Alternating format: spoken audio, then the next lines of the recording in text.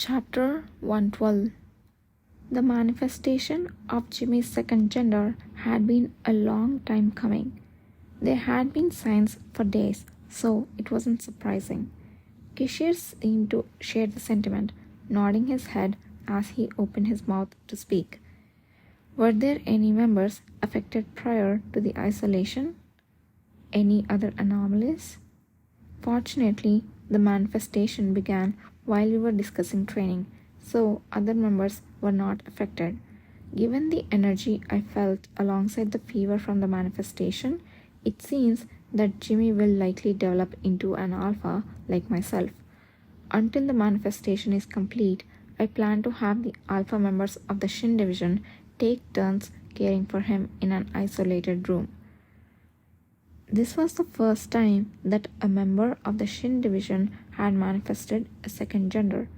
Despite what must have been a significant surprise, Ever's response was impressively calm.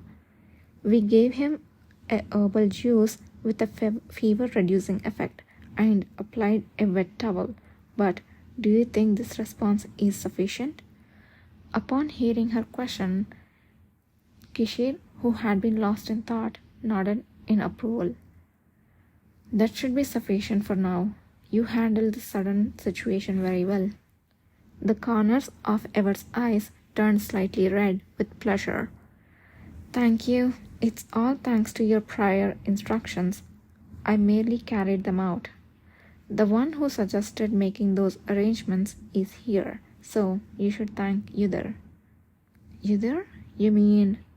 Yudhir was taken aback as the conversation suddenly turned towards him. In Ever's eyes, there was a look of surprise as she turned to look at him.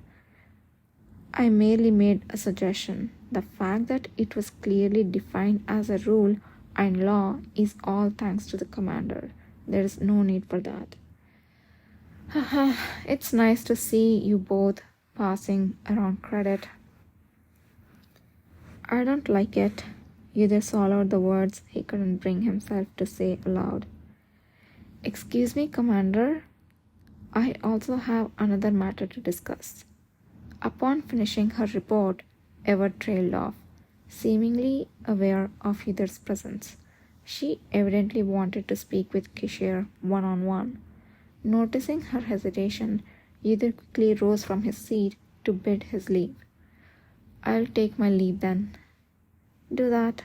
Kishir waved with a smile, unaware of Ever's slightly trembling eyes as she noticed the heap of empty dishes on the table. Yudhir left the residence.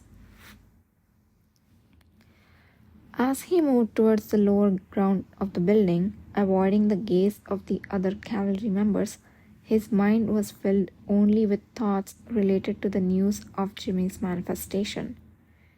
It was a good decision to set up regulations regarding second gender manifestation in advance. In his previous life, there had been quite a few incidents among cavalry members who suddenly manifested their second gender. Just the thought of not having such troubles this time was refreshing. Come to think of it, wasn't there not much time left when I manifested in the past? He couldn't remember the exact timing, but he was glad it wasn't precisely the same as before, since he couldn't be sure if the timing of manifestation would be the same this time. Wasn't there a time in the past when awakeners facing a second gender manifestation influenced those with potential around them, leading to a chain of manifestations? Those about to or just after manifesting a second gender often emitted a unique energy that could be felt with the senses, even if it wasn't visible. In the case of Jimmy, he had only experienced slight fevers, but it never hurt to be cautious in case of an unknown occurrence. Yudhir contemplated spreading the word in advance in case his power erupted suddenly. With the rules in place and those around me on guard, I'll be prepared even if my powers erupt abruptly like before. Jimmy's president would mean there will be less surprise. This time, absolutely, he would prevent any situation where he was alone with Alpha before his powers erupted. Clenching his fist lightly, Ydir made a firm resolution. As Kishir had mentioned, the redstone was stored in a spacious room set up beneath the cavalry building. When he knocked on the entrance, that appeared to be nothing more than an ordinary warehouse, a small hole just wide enough for a pair of eyes to peek through opened in no time. "Ah, it's you." Despite his lack of self-introduction, the person inside recognized Ydir immediately and opened the door for him. "I have been looking forward to seeing you again." Yes, my name. You remember it, right?" "Of course, you're Alec Pelgan." Upon Ydir's succinct answer, Alec Pelgan, the apprentice of the old mage, smiled brightly. "That's right. I'm relieved. I thought you might have forgotten me, as our first encounter was so brief, just like the first time we met." Seeing his eyes cloud over as if recalling something, it seemed the incident of Ydir forgetting the name of Kjolde Diarca at their first meeting was deeply imprinted in his mind. Ydir turned his gaze towards the expensive space behind the mage, rather than responding. Other than massive pillars placed here and there to support the building, the place was completely empty. However, a transparent box visible on a table far away and a hefty aura was barely leaking out from that direction, making his fingertips tingle slightly. It seemed that the redstone was stored there. "Is the stone currently in that box?" "Ah, as expected." "You spotted it right away. Follow me. I'll show you." Ydir started walking behind Alec. As the distance shortened, he could feel the energy emitted by the redstone intensifying through his skin. Yet, strangely, Ydir noticed that the energy didn't seem as provocative or as heavy as before. "What is this?" "Do you see those magic stones on the ceiling?" Alec opened his mouth as if noticing Ydir's puzzled expression.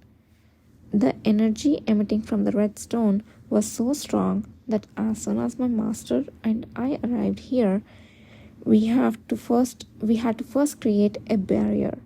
We spent dozens of precious stones to build a 7-layer barrier, which was just barely enough to weaken it to this level. My master still seems to think further reinforcement is needed. How do you feel? Is the air breathable?" Only then did Ydir notice the magic stones stuck all around the high ceiling. Upon closer inspection, he could make out complicated magic circles drawn faintly.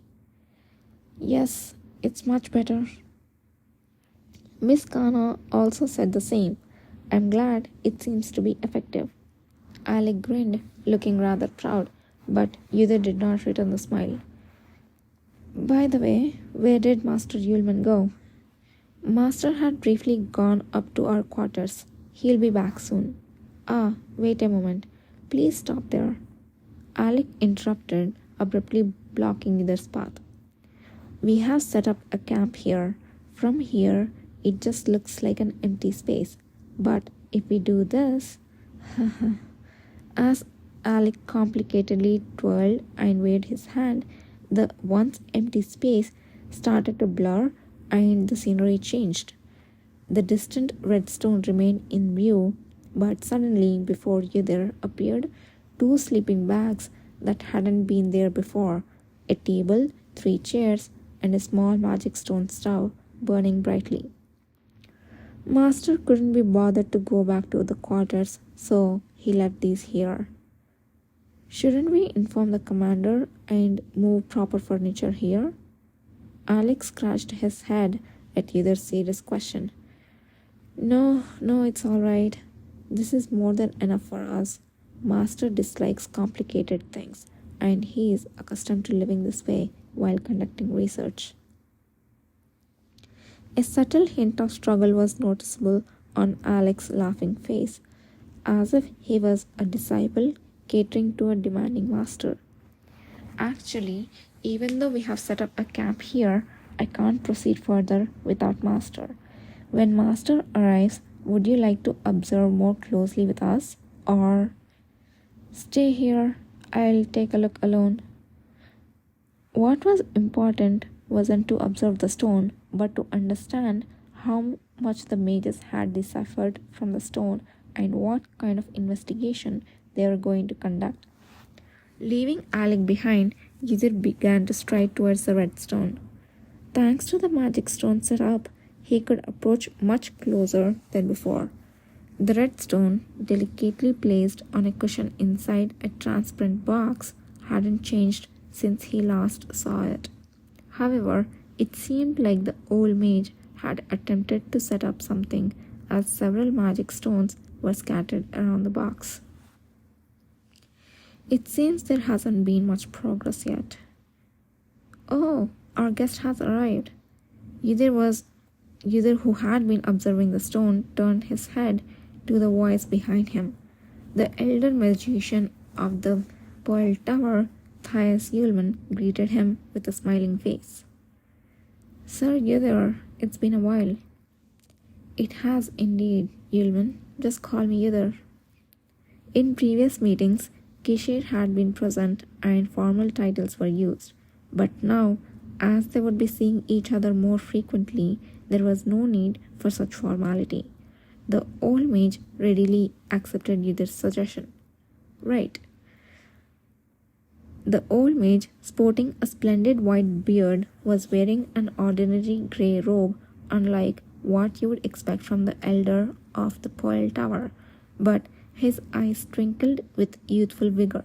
He was a stark contrast to his disciple, who seemed half weary. Did you come to see the stone? No, I wanted to hear about the progress of the investigation. Ah, I see. Thias Yulman nodded, looking back at the red stone and wrinkling the bridge of his nose slightly.